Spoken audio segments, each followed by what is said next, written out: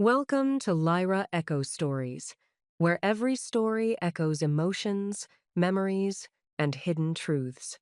Step in and feel the echo of every tale. Thanks for your service, my sister texted, attached to a photo of her new restaurant sign, paid for with the lake house my grandmother left me. I was sitting on a cot 6,000 miles from home when that message came through. My grandmother, her name was Margaret, but everyone called her Maggie May, had been dead 4 months. The lake house she left me in her will, the one on Lake Meredith where I learned to swim, where I cried the night before I shipped out, was gone. Sold. My parents forged my signature on the paperwork while I was deployed overseas. Every dollar of that $450,000 sale went straight into my sister's brand new restaurant. I stared at my phone in the dark. The blue glow lit up the ceiling of a temporary barracks I shared with 3 other officers. My sister's face smiled back at me from the photo. Behind her, a wooden sign read, Maggie May's Table. She named it after our grandmother. She used the money our grandmother left me, and she sent me a smiley face. I didn't respond to that message. Not that night. Not the next week. Not for 3 months. My family thought my silence meant I'd accepted it.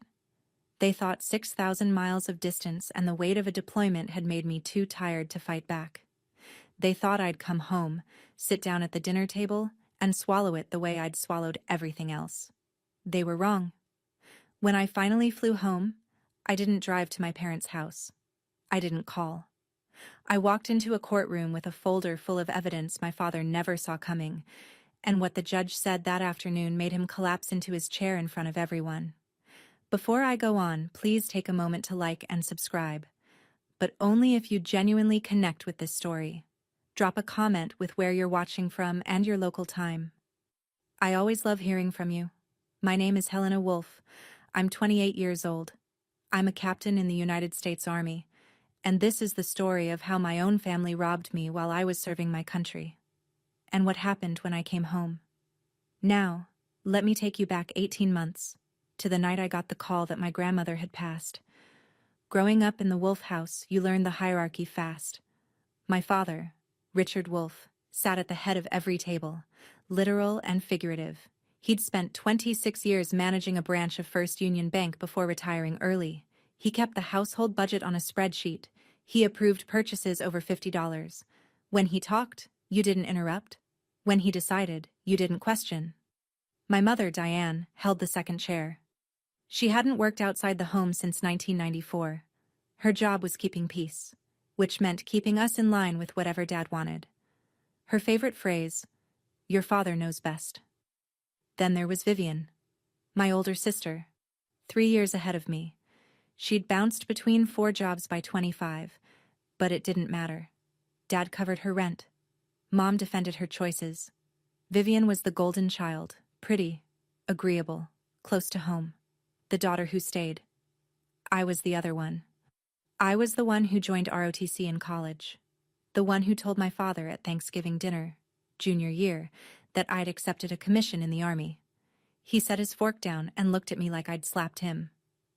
"You'll regret this," he said, in front of everyone. "The military doesn't care about you, Helena." My mother pressed her napkin to her mouth. Vivian studied her plate. Nobody said a word. Only one person drove me to the airport the day I shipped out to Officer Basic. My grandmother, Margaret Wolf. 74 years old, 5'2", hands steady on the wheel of her old Buick. She hugged me at the curb and said something I carried through every deployment, every long night, every moment I doubted myself. "This house will always be here for you, Helena, and so will I." I didn't know that was the last summer I'd see that house with my name still on it. I was 14 weeks into a logistics deployment in the Middle East when I found out she was gone. Not a phone call, an email. From my mother. "Your grandmother passed Tuesday. Funeral is Saturday. We understand you can't make it." 4 sentences. That was it. The woman who raised me every summer, who taught me to gut a fish and balance a checkbook, and stand up straight when men talked over me, reduced to 4 flat sentences in an email sent at 2:47 a.m., my time. I went to my commanding officer that same morning. Emergency leave was approved within hours. I called home to tell them I was catching a flight from Kuwait. My mother answered on the third ring. "Helena, honey, everything's already planned. The flowers are ordered. There's really no point in disrupting. I can be there by Friday night." Long pause. I heard my father's voice in the background, low, indistinct. Then my mother again. "Your father thinks it's best you stay. You'd just be rushing in and out. Grandma would have wanted you focused on your duty. They didn't want me there." I sat on the edge of my cot for a long time after that call. Then, at 3 a.m. local time, I watched my grandmother's funeral on a live stream. The camera was propped on someone's lap. It shook. Vivian stood at the podium. She dabbed her eyes with a tissue and read from a piece of paper. "Grandma loved all of us equally," she said. "She would want us to stay together, to take care of each other." I turned off my phone. I lay in the dark and listened to the hum of the air unit bolted to the wall. 200 people had been at that service. I recognized most of them. Not one of them had called me. At the time, I told myself my family was just being thoughtless. I didn't realize yet that they needed me absent. I just didn't know why. 2 weeks after the funeral, I received an email from my grandmother's estate attorney, a man named Philip Darnell. Attached was a PDF, the last will and testament of Margaret E. Wolfe. I read it on my phone in the mess hall, surrounded by the clatter of trays and the smell of reheated coffee. The document was straightforward. Grandmother's savings and personal belongings, jewelry, some bonds, divided evenly between my father and me. But the lake house on Lake Meredith, the property she'd owned for 31 years, assessed at roughly $450,000. That went to one person. Me. My throat tightened. I set the phone down, picked it up again, read it twice more. Then I stepped outside into the heat and called home. My father answered. "Dad, I just got the will from Mr. Darnell. I can't believe Grandma left me the lake house." Silence. Not the kind that means someone is thinking, the kind that means someone is deciding what to say. "We need to talk about that, Helena." His voice was flat, controlled. "That house has been in this family for 30 years. Your grandmother wasn't thinking clearly at the end. She seemed clear to me every time we talked. You weren't here. You don't know how she was." I gripped the phone tighter. "It's what she wanted, Dad. We'll discuss it when you're home." And he hung up. I stood in the sun for a while. I tried to call Mr. Darnell, but he assured me the probate process was proceeding normally. Nothing to worry about. Everything being handled.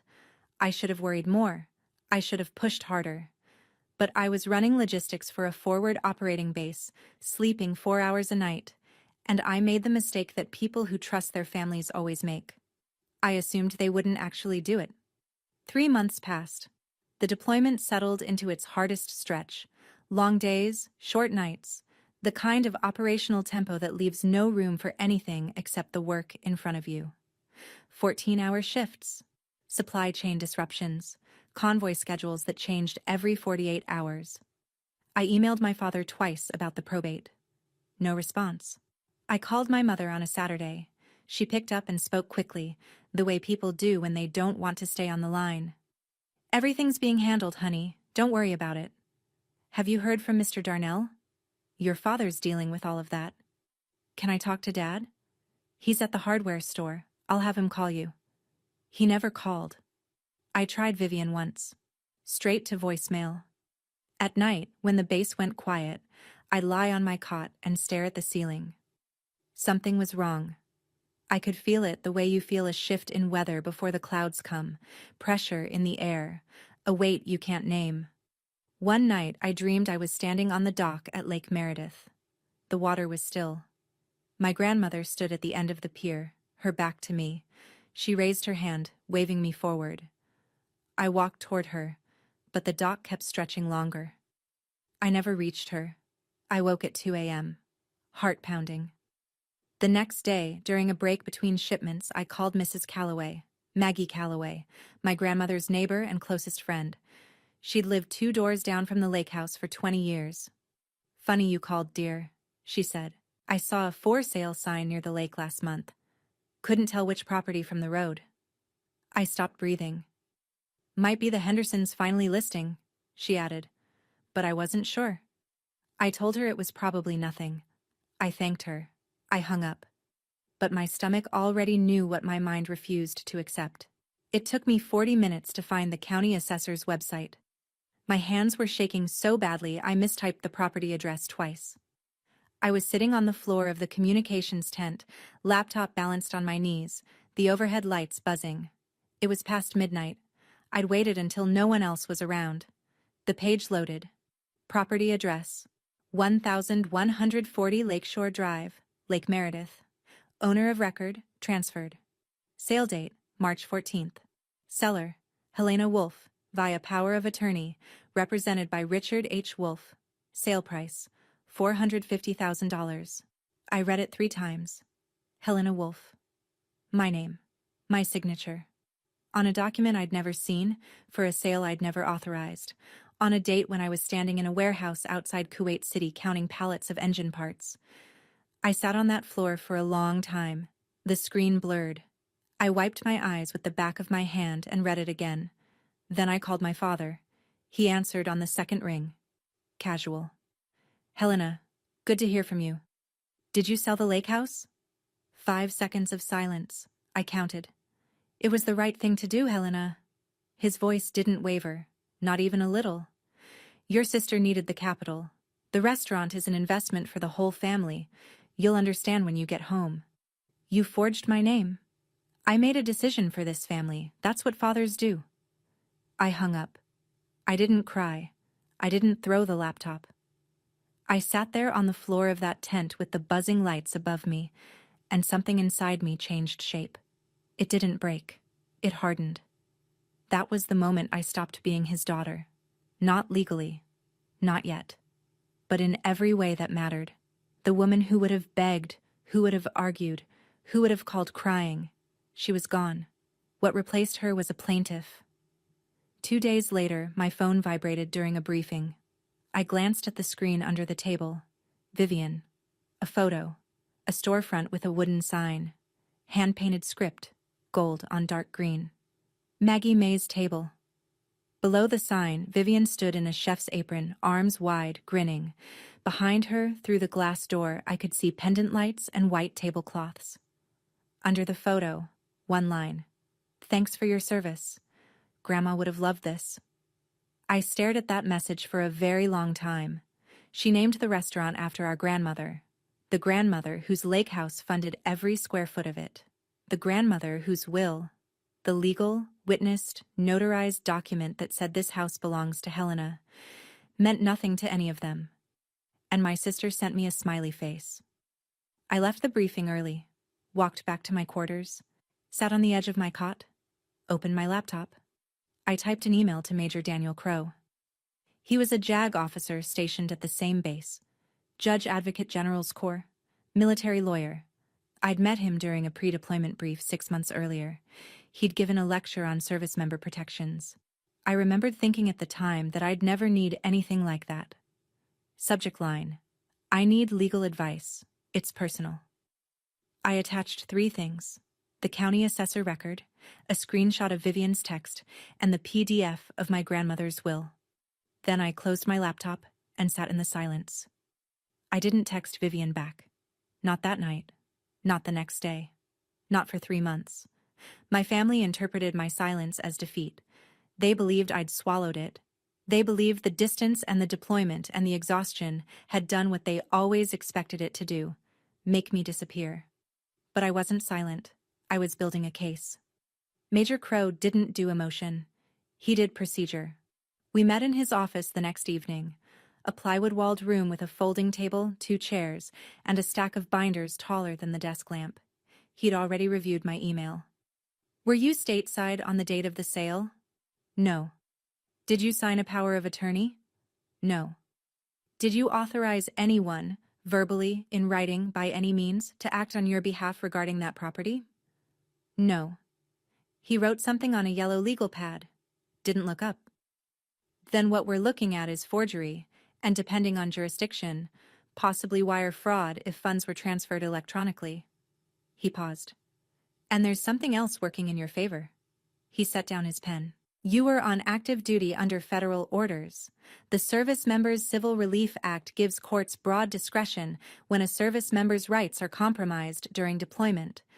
It won't be the basis of your civil claim. The forgery does that on its own. But it tells the court exactly who your father chose to victimize, someone who couldn't fight back because she was serving her country. Judges notice that. The room felt very still. Can I handle this quietly? I asked. Within the family? Crow looked at me. He had the kind of face that didn't move much. Level eyes, flat expression. Like a poker player who'd long ago stopped pretending he was playing a game. Helena. First time he'd used my first name. They forged your signature on a legal document and sold your property. This isn't a family disagreement. This is a crime. First step is a police report, Crow said. You'll file that stateside. It creates a formal record. From there, you want a civilian attorney for the civil side, and the DA can decide on the criminal side. The two tracks run parallel. I sat with that for a moment. The air conditioner rattled in the wall. What do I need to do? Document everything. Every text, every email, every phone record. Don't contact your family again. Anything you say can complicate things. And when you're stateside, we'll connect you with a civilian attorney who specializes in real estate fraud. I nodded. That night, I started a folder on my laptop. I labeled it Meredith. Over the next 3 months, it grew thick. The silence drove them crazy. 3 weeks in, my mother started calling. I let every call ring through. The voicemails stacked up like geological layers, each one revealing more pressure, more desperation, more guilt. Week 1. Helena, honey, why aren't you picking up? I'm getting worried. Week 2. Your father is hurt that you're ignoring us. We're your parents. Week 3. Is this about the house? We did what was best for the family. You're being selfish. She texted too. Long threads that ping-ponged between worry and accusation. I can't sleep. Are you safe? Followed 12 hours later by, I didn't raise you to be this petty. Vivian added her own pressure. A photo of the restaurant interior, freshly decorated, candles lit on every table. Wish you could see this in person. Mom's been crying because of you. Because of me. My father sent exactly one message. It arrived at 6:14 a.m. My time, which meant he'd typed it late at night, possibly after a drink. No greeting, no sign-off. When you're ready to act like an adult, call me. I read every word they sent. I screenshot every message. I saved every voicemail. I forwarded everything to a dedicated email address that Major Crow helped me set up. Each item was logged with a date, time, and sender. At night, while the base slept, I sat on my cot with my laptop and built a timeline. The date my grandmother died. The date of the funeral. The date the power of attorney was notarized. The date the house was sold. The date the funds were transferred. The date of Vivian's text. Each date I cross-referenced with my deployment orders, which placed me firmly on the other side of the world. Every message they sent, every voicemail dripping with guilt and accusation, they were building my case for me, and they had no idea. Major Crow connected me with a civilian attorney named Rebecca Holt. She practiced out of Raleigh, specialized in real estate fraud, and had a reputation for being thorough in the way a surgeon is thorough, precise, unhurried, and unsentimental. Our first video call happened at 11 at night my time. Rebecca's office was bright behind her. She'd already pulled the public records. Walk me through the family dynamic, she said. No small talk. I gave her the short version. She listened without interrupting, then turned her screen to show me a document. This is the power of attorney your father filed with the county. It authorizes Richard H. Wolfe to sell the property at 1140 Lakeshore Drive on behalf of Helena Wolfe. She zoomed in on the bottom of the page. That's supposed to be your signature? I looked at it. The handwriting was close. My father had practiced, but the slant was wrong. The tail on the A in Helena curled the wrong direction. It's not mine. I know. She scrolled down. The notary who certified this is a man named Greg Parson, licensed notary in your father's county. And this is the part that matters. He and your father worked together at First Union Bank for 9 years. The air left my chest. Standard procedure, Rebecca continued, requires the signer to appear in person before the notary, or, at minimum, verified identity through a remote process. Neither happened here. Your father walked in with a forged document, and his old colleague stamped it. What's the penalty for that? Forgery of a deed or similar instrument is a Class H felony in North Carolina.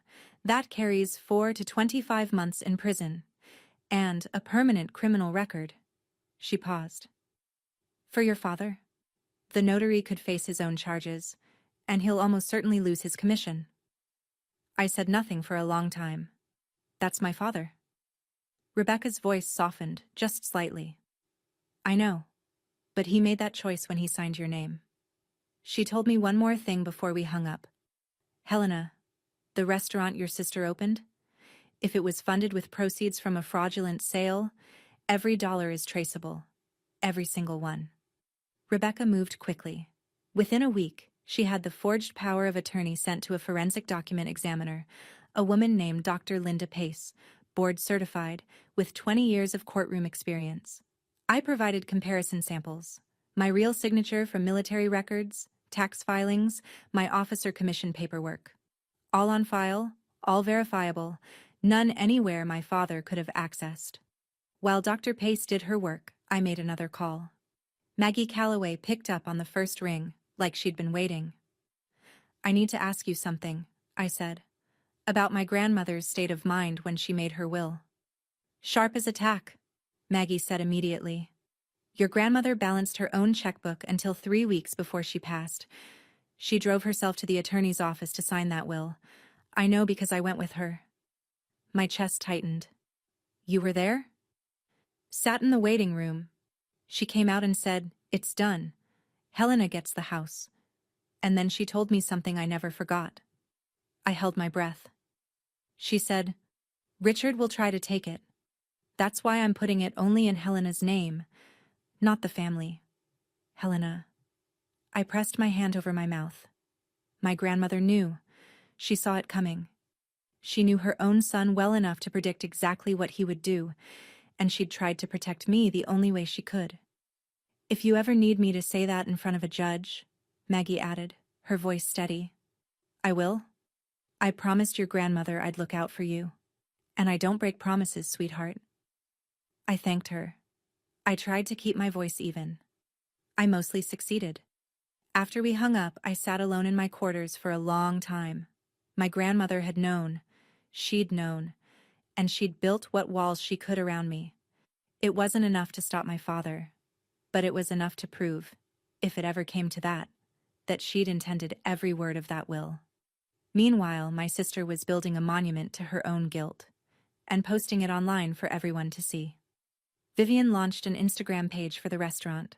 Professional photos, warm lighting, carefully styled plates. She wrote long captions about family and legacy. One post got over 200 likes. The caption read, "This restaurant is my grandmother's legacy. Our whole family came together to make this happen. Grandma always said food brings people together. This is for you, Grandma." Our whole family. I read that line sitting on my cot at 1 a.m., and something cold moved through me. I wasn't part of our whole family. I was deployed. I wasn't consulted. I wasn't asked.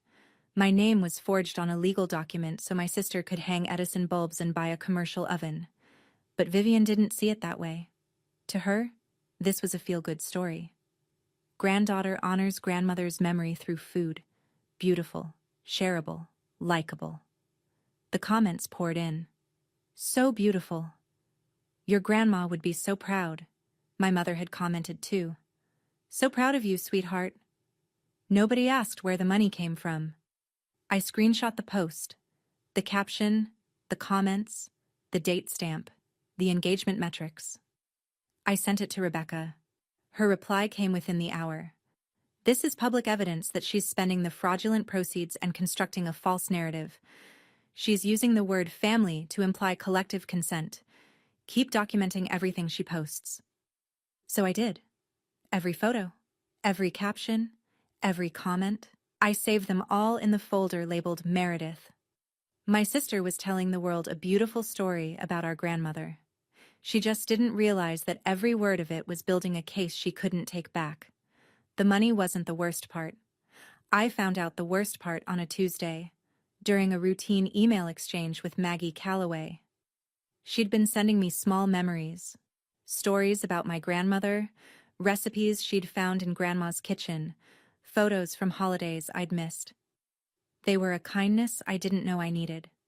Then, buried in a long email about Grandma's garden, Maggie wrote something that knocked the air out of me. She tried to call you, for the last 2 years. Over and over. She'd phone your parents' house and ask them to pass along the message. She didn't have your military number. She told me once. Helena never calls back. I think she's forgotten about me. It broke my heart. I read it twice. Then I read it again. My grandmother never had my direct number. She was 77, not comfortable with email, and she'd always called through my parents' landline. That was how we'd done it my whole life. She'd call the house, and they'd patch me through or pass along a message. But I hadn't received a single message from her in 2 years. Not one. I couldn't prove then that my father had deliberately intercepted her calls. But the timeline was damning. She called. He answered. The messages never reached me, and when I asked about her, he told me she was slipping. Maybe there's an innocent explanation for that. I've looked for one. I haven't found it. But he had. He'd answered her calls and told her I was too busy. He'd hung up and told me she was slipping. He'd cut the line between us, cleanly, deliberately, and let my grandmother spend the last 2 years of her life believing her granddaughter had forgotten her. She died thinking I didn't care. I cried that night. Not for the house, not for the money, for the phone calls that never reached me, for the old woman sitting by her kitchen window, wondering why I'd stopped calling.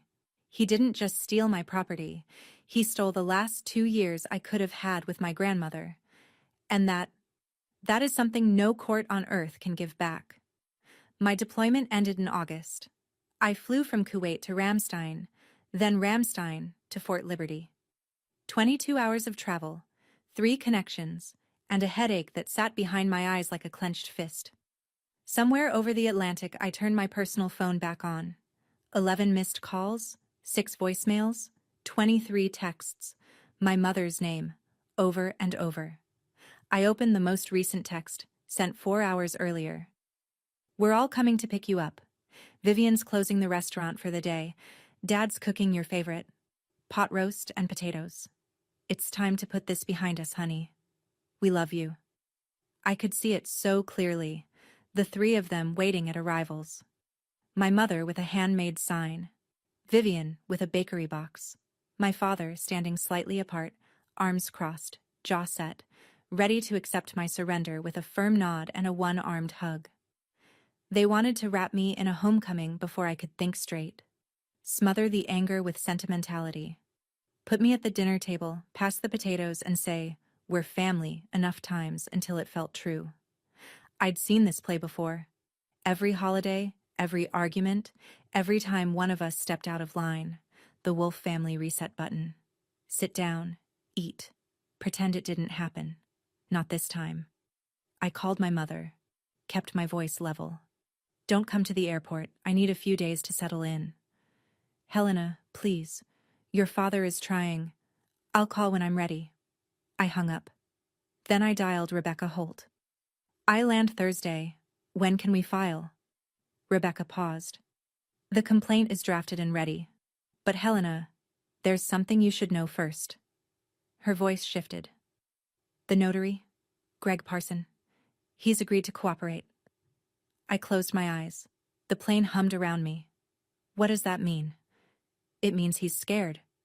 And scared people talk. That night, alone in my hotel room near the airport, I almost called my mother. My thumb hovered over her name for a long time. Some part of me, the part that still remembered birthday cakes and braided hair and being carried to bed, wanted to hear her say she was sorry, wanted to hear her say it was a mistake, that they'd fix it, that I could come home and it would be like before. I put the phone down. Because before was a lie too. I just hadn't seen it yet. I landed Thursday afternoon. By 5 o'clock, I was standing in my apartment near Fort Liberty, a one-bedroom I'd rented before deployment, barely lived in, still smelling like cardboard and cleaning product. I dropped my duffel by the door, locked the deadbolt, and stood in the silence for a moment. Then I heard voices. I turned the corner into the living room and stopped. My father sat on my couch, legs crossed, one arm stretched along the back. My mother stood in the kitchen, unpacking grocery bags. Vivian leaned against the counter, scrolling her phone. They all looked up at the same time. "Welcome home, soldier." My father smiled. It didn't reach his eyes. Vivian held up a white box. "I brought something from the restaurant. You have to try it." My mother rushed toward me, arms open, tears already falling. "We missed you so much, honey." I didn't move. I looked past them to the kitchen counter, where my spare key sat next to a bag of lemons. "How did you get in?"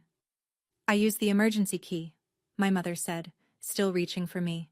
"You gave it to me before you deployed, remember? In case something happened." I remembered.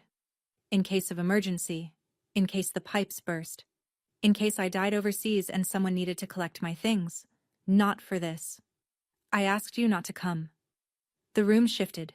Vivian lowered the box. My mother dropped her arms. My father uncrossed his legs.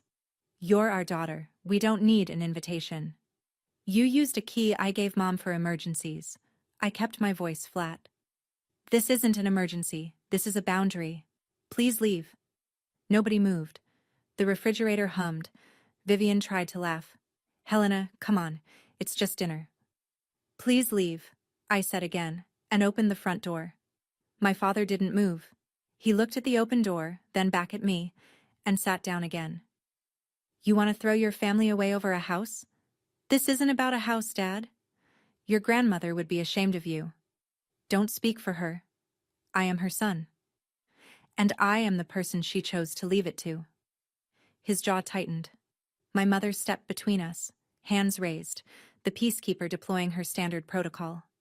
"Helena, please, you don't know what it's been like for us. Your father has been under so much stress. Vivian invested everything she had. If you take this further, you'll destroy your sister's business, your father's reputation, this whole family. You destroyed my trust when you forged my name." The word hung in the room. Forged.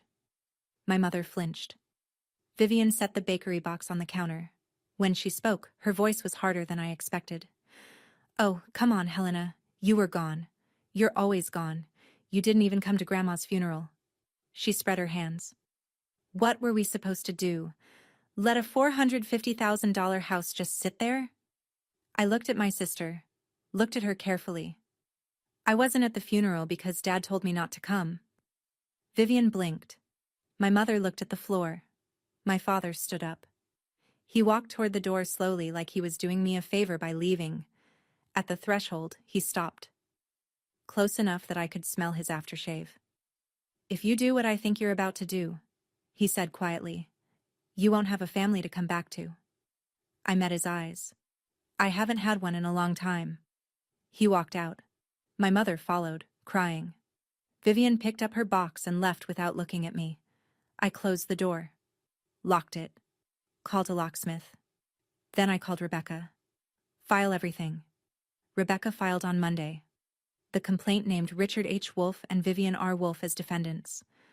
The charges: real estate fraud, forgery, conversion of property, and breach of fiduciary duty. Attached to the filing was a formal request that the court refer the evidence of criminal forgery to the district attorney's office for prosecution. 2 days later, a process server rang the doorbell at 47 Birchwood Lane, the house where I grew up. I wasn't there for it, but I know exactly how it went because 3 relatives called me within the hour. My father opened the door. He read the front page of the summons.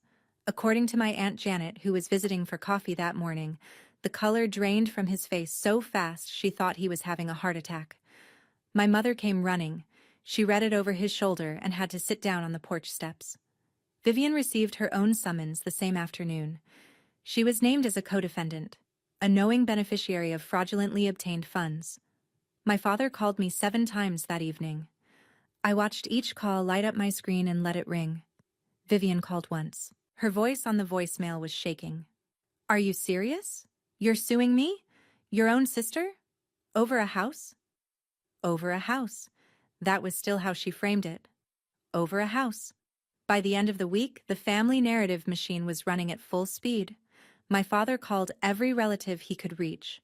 "Helena is suing her own parents. Can you believe it? After everything we've done for her." My mother posted a vague status on Facebook.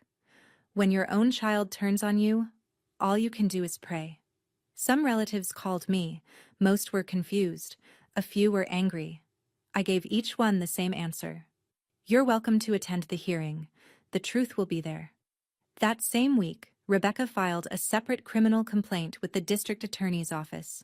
Forgery, fraud, the civil case, and the criminal track would run in parallel. The hearing was scheduled for a Tuesday in October. Courtroom 3B, County Courthouse, a small brick building with a flagpole out front and a parking lot that smelled like hot asphalt. I arrived 20 minutes early. I wore my Class A dress uniform. Olive jacket, brass buttons, captain's bars on the shoulders, unit crest on the left pocket. Rebecca had been the one to suggest it. "You're an active duty officer whose rights under federal law were violated. The uniform tells the court exactly who was harmed." Rebecca met me in the hallway. She carried a leather binder 3 inches thick. Behind her, Major Crow sat on a bench. He'd requested leave to attend as a character witness. He nodded once when he saw me. Said nothing. Didn't need to. In the 3rd row, near the window, Maggie Calloway sat with her hands folded in her lap. Her white hair was pinned back. She wore a blue cardigan my grandmother had given her. Beside her, on the bench, she'd placed a small photo album. At 9:47 a.m., the door opened again. My father walked in first. Dark suit, red tie, back straight. But his eyes were bloodshot, and his jaw was clenched so tight I could see the muscle jumping. My mother followed. Black dress, tissue in hand. She scanned the room and found me immediately. Our eyes met. Hers were swollen. Vivian came last. Black dress, dark circles under her eyes. She didn't look at me. Their attorney, a man named Gerald Pratt, competent enough for small-town real estate closings, but clearly out of his depth in a fraud case with forensic evidence and federal overtones, directed them to the far table. I later learned my father had called 3 other firms first. 2 declined after reviewing the case. The 3rd quoted a retainer he couldn't afford. My father looked at me across the aisle, looked at the uniform. Something moved in his expression.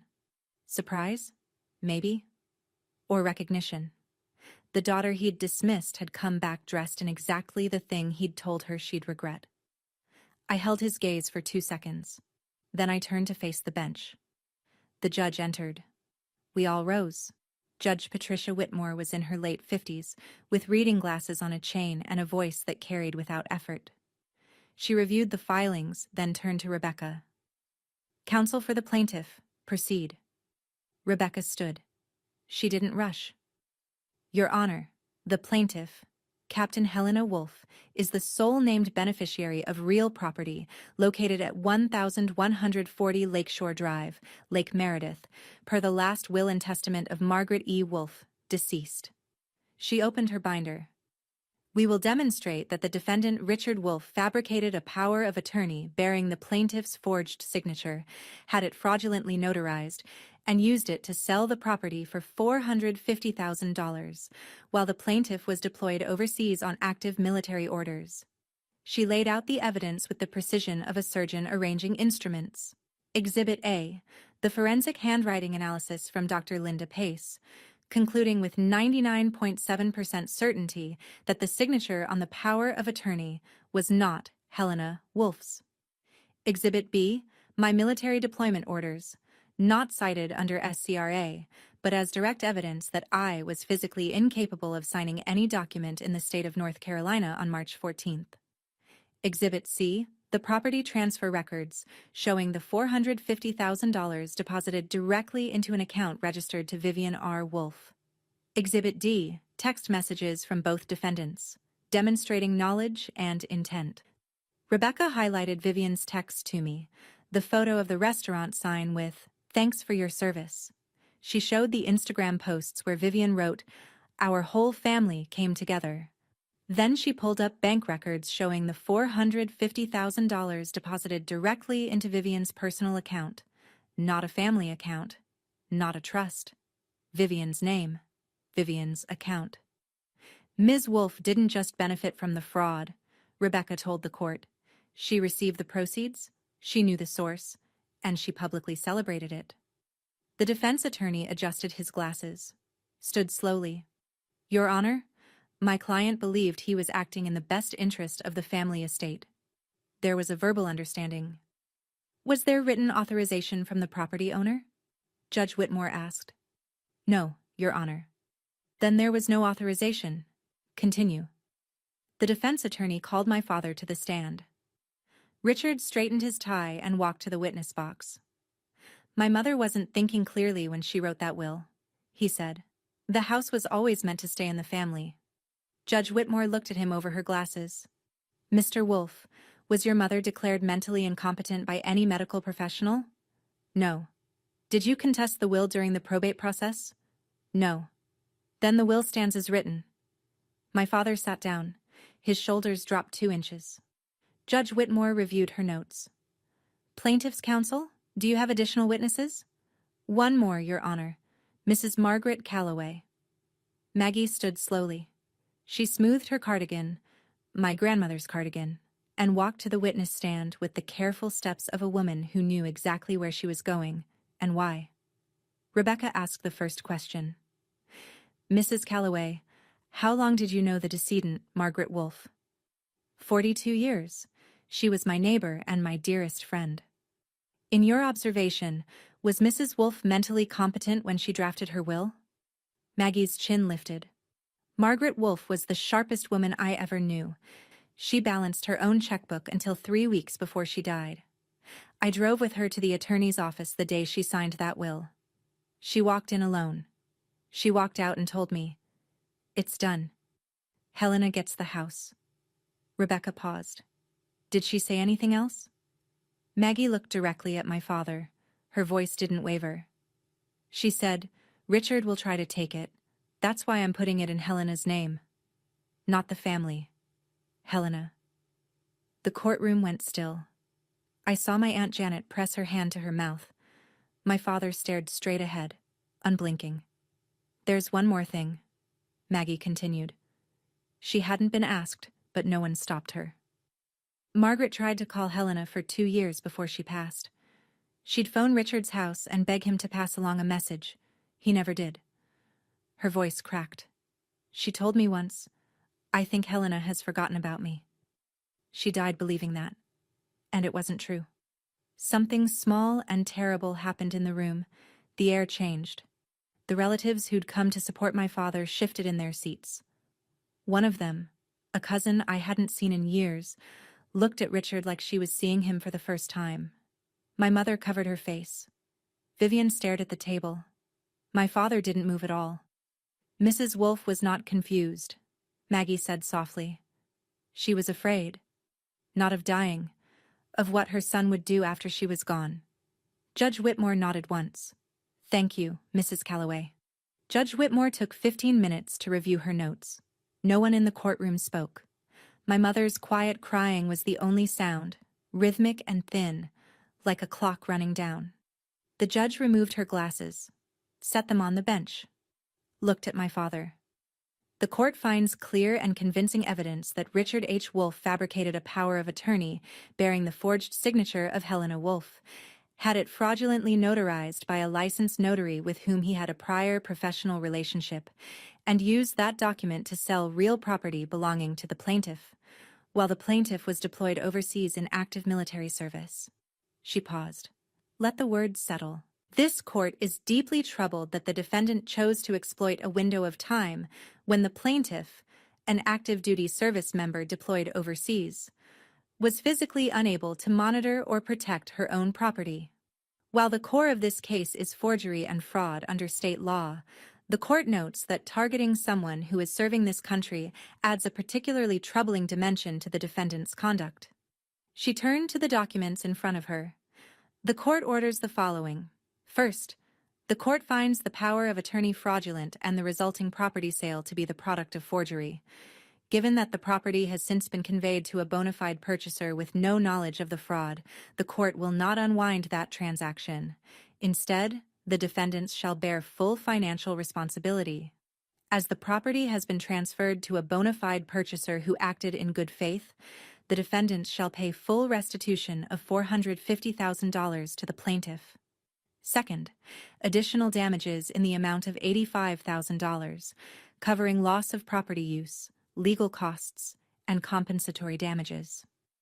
Third, the court has been made aware that the plaintiff has separately filed a criminal complaint with the district attorney's office. Given the evidence presented today, this court will forward its findings to the DA to assist in that investigation. Forgery of a legal instrument is a Class H felony under North Carolina General Statute 14-122. She looked at my father one final time. Mr. Wolfe, the law does not bend for good intentions, and what you did shows no good intentions at all. Richard sat very still. His attorney leaned over to whisper something. Richard didn't respond. His hands, which had been folded on the table, slowly opened. His head dropped forward. Then his whole body sagged. Shoulders, spine, everything. And he slumped into his chair like someone had cut the strings holding him up. Diane cried out, "Richard!" Vivian jumped to her feet. The bailiff stepped forward. But my father wasn't having a medical emergency. He was having something worse. He was a man who'd controlled everything his entire life. His bank, his wife, his daughters, his mother's legacy. And in one afternoon, in front of his family and a room full of witnesses, he'd lost it all. The courtroom emptied slowly. My father was helped to his feet by his attorney and the bailiff. He walked out without looking at anyone, one hand on the wall for balance. He moved like a man 20 years older than he'd been that morning. I was gathering my things when my mother appeared in the hallway. She'd stopped crying. Her face was tight, blotched, furious. "Are you happy now?" She blocked my path. "You've destroyed your father." I looked at her. The woman who'd taken my emergency key and used it to ambush me. The woman who'd watched her husband forge my name and said nothing. The woman who'd posted on Facebook about her ungrateful child while I was building a legal case 6,000 miles away. "He destroyed himself, Mom. I just brought evidence." She opened her mouth, then closed it. She stepped aside. Down the hallway, Vivian stood alone. Her attorney had already left. She was gripping the strap of her purse with both hands, knuckles white. "The restaurant," she whispered. "My restaurant." Rebecca stepped forward, professional and even. "Ms. Wolfe, I'd suggest you speak with your attorney about restitution options." I walked past them both. Through the double doors, into the October sun. Maggie was waiting by the stone bench outside. She stood up when she saw me and opened her arms. I stepped into them and pressed my face into that blue cardigan, my grandmother's cardigan, and cried. Not from victory. There was no victory here. Just a woman getting back what should never have been taken, at a cost no one should have to pay. "She'd be so proud of you," Maggie said into my hair. Across the parking lot, Major Crow leaned against his car, arms folded. He caught my eye and gave a single nod. Nothing more was needed. I drove home alone. I didn't turn on the radio. I pulled my grandmother's photo from my wallet, the one from the lake, the two of us on the dock, me at 10 years old, and propped it on the dashboard. I sat there a long time. The weeks after the hearing moved in a straight line. The district attorney's office opened a formal investigation into the forgery. My father hired a criminal defense attorney, a different one from the civil case. The retainer alone, I was told, cost more than his car was worth. Greg Parson, the notary, folded almost immediately. His cooperation statement was plain. Richard Wolfe came to my office and told me this was a family arrangement. He said his daughter had given verbal consent. When asked if he'd verified my identity, confirmed my presence, or followed any of the legally required procedures for notarizing a power of attorney, Parson admitted he hadn't. He'd stamped it on the strength of a 20-year acquaintance and the assumption that a former bank manager wouldn't lie. His notary license was suspended pending a full review by the Secretary of State's office. The new owners of the lake house, a couple named the Brennans, retirees from Charlotte, were contacted by Rebecca's office. They'd purchased in good faith, through a licensed agent, with no knowledge of the fraud. The court protected their ownership. My restitution would come from my father and my sister, not from the people who'd innocently bought the home. As for the money, the $535,000 in total, restitution plus damages, the court gave my father and Vivian 90 days to begin structured payments. If they failed, we'd be back before Judge Whitmore with a contempt motion. Vivian's restaurant hadn't turned a profit. It had been open 4 months and was hemorrhaging money. The equipment was leased. The lease on the building was 12 months, non-transferable. Every dollar she'd poured into Maggie May's table was a dollar stolen from me and built on a document that never should have existed. Rebecca called me on a Friday afternoon. "The system is moving, Helena. Let it do its work." I hung up and sat on my porch. The sun was going down. Somewhere, my father was reading criminal statutes with a lawyer he couldn't afford. I didn't feel better. I just felt right. Small towns have long memories and short fuses.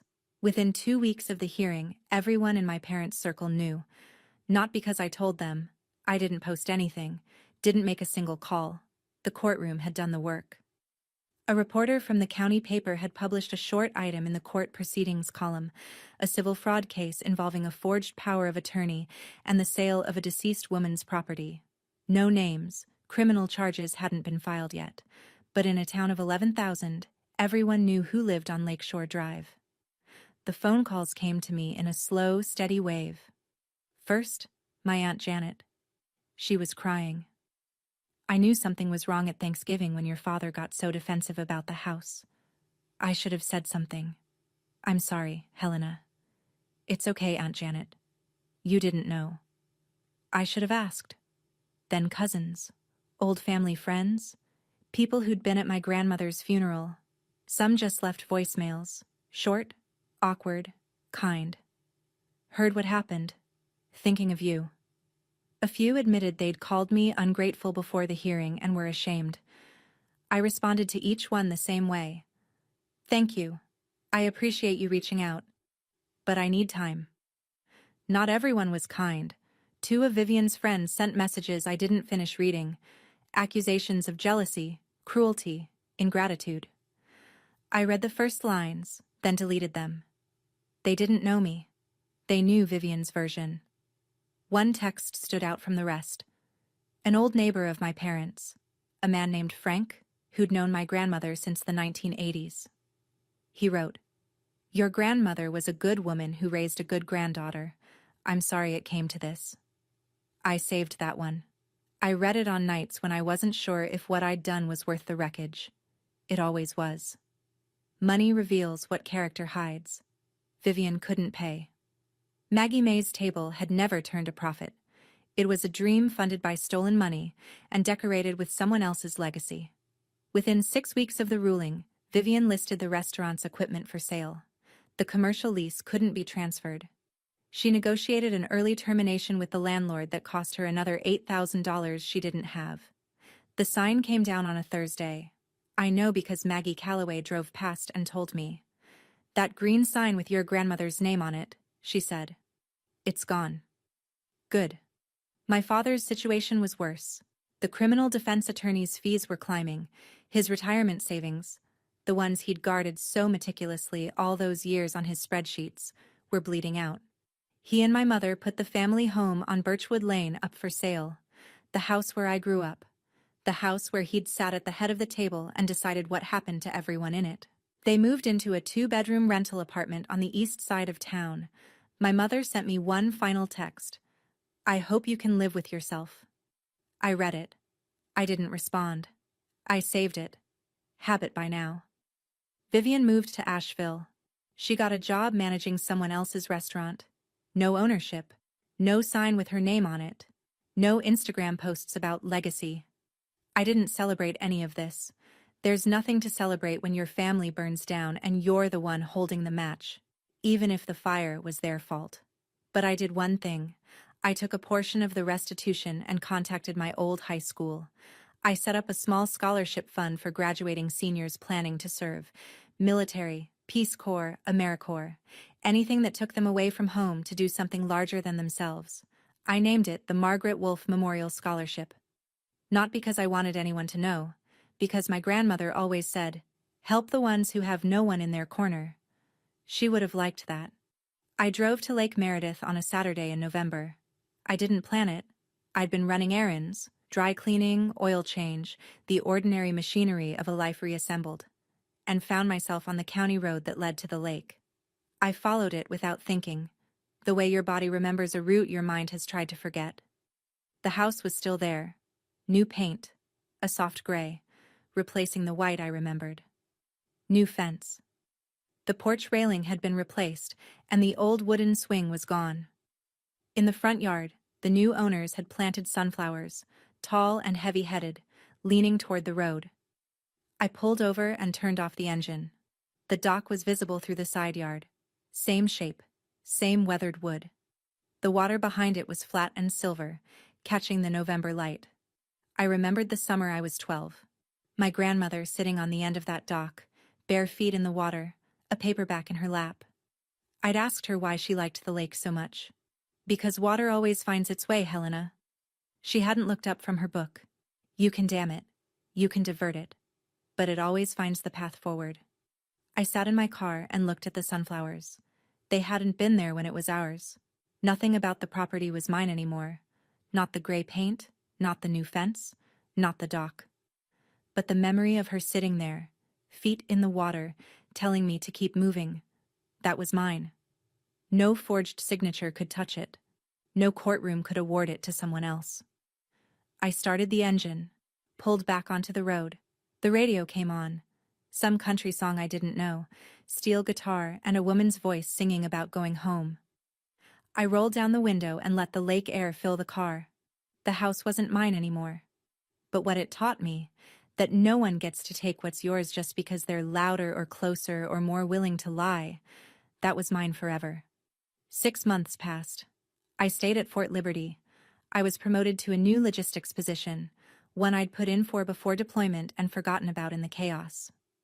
The Army doesn't care about your family drama. It cares about performance. I showed up every day, ran my section, and let the work steady me. I rented a small place near Jordan Lake. Not much.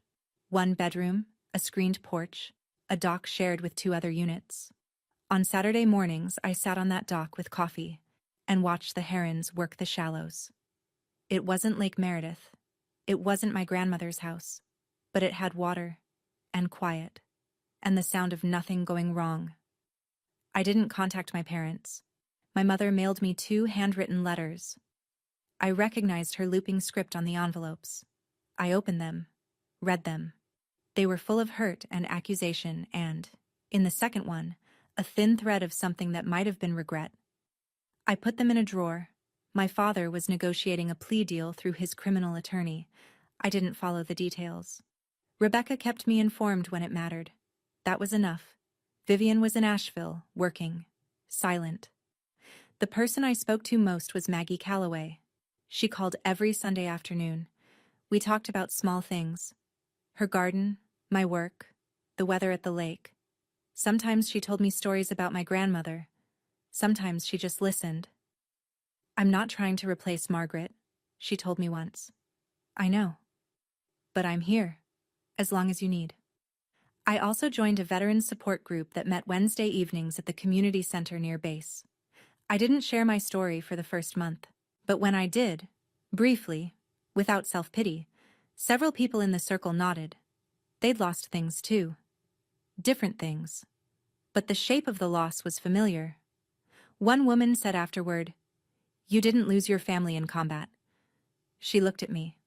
"You lost them at a notary's desk." I never forgot that.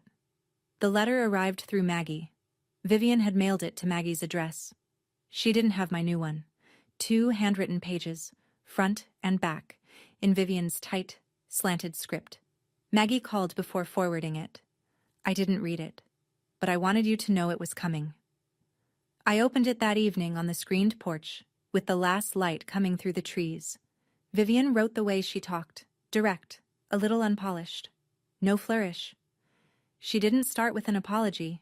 She started with a confession. "I knew the money came from the house. I knew Dad forged your signature. I told myself it didn't matter because you were gone and the army takes care of you anyway. But that's a lie I told myself so I wouldn't feel guilty. The truth is, I didn't want to feel guilty. So I made it your problem instead of mine." She wrote about the restaurant, about how it failed not because of the lawsuit, but because she'd never had a real plan. About how she'd used Grandma's name as a brand without earning it. She didn't ask me to forgive her. That surprised me. "You don't owe me anything," she wrote at the end. "I just needed you to know that I know what I did. And I know it was wrong." I read the letter twice, sat with it for a while, listened to the frogs down by the water. I didn't know if she meant it. Maybe she did. Maybe it was another performance. But I realized it didn't matter. Not right now. My healing wasn't dependent on her sincerity. My peace wasn't a door she could open or close. I wrote back. Short. 1 paragraph. "I read your letter. Thank you for writing it. I'm not ready for more than that. Take care of yourself, Vivian." I sealed it, stamped it, drove it to the post office the next morning. It wasn't an open door, but it wasn't a wall either. It was a boundary. And boundaries, I'd learned, don't have to be angry to be real. So that's my story. I'm not telling it because I want sympathy. I'm not telling it because I want you to hate my family. I'm telling it because I know that some of you are listening to this right now with a knot in your stomach because you recognize something. Maybe it's a parent who treats your silence as permission. Maybe it's a sibling who takes and calls it family. Maybe it's the way someone you love made a decision about your life, your money, your property, your time. And when you pushed back, they said you were the problem. If that's you, I want to say something. You are not ungrateful for protecting yourself. You are not selfish for saying no, and you are not alone. My grandmother taught me that water always finds its way. I lost her lake house. I lost the family. Or what I thought was a family. But I found my own path. It runs through a small apartment near Jordan Lake, through a courtroom where I stood in my uniform and told the truth, through a Sunday phone call with an old woman in a blue cardigan who promised my grandmother she'd look out for me. Setting a boundary isn't punishment, it's self-respect with a return address. I don't know what happens next with my father, with Vivian, with my mother. Maybe one day we'll sit in the same room again. Maybe we won't. But I know this. Whatever happens, it'll happen on terms I've chosen. Not terms that were forged in my name while I was 6,000 miles away, serving a country that at least had the decency to put its agreements in writing. If you've ever set a boundary, or if you're working up the courage to set one, tell me about it in the comments. I read every single one. Thank you for listening. Thank you for staying to the end. If this story stayed with you, I have one question. Which moment hit the hardest? The judge's ruling, or Helena standing at the lake one last time? Drop your answer below. And if you want more stories about people who chose courage over comfort, family drama that ends with justice, and boundaries that changed everything, check the description for more. I'll see you in the next one. Thank you for being here.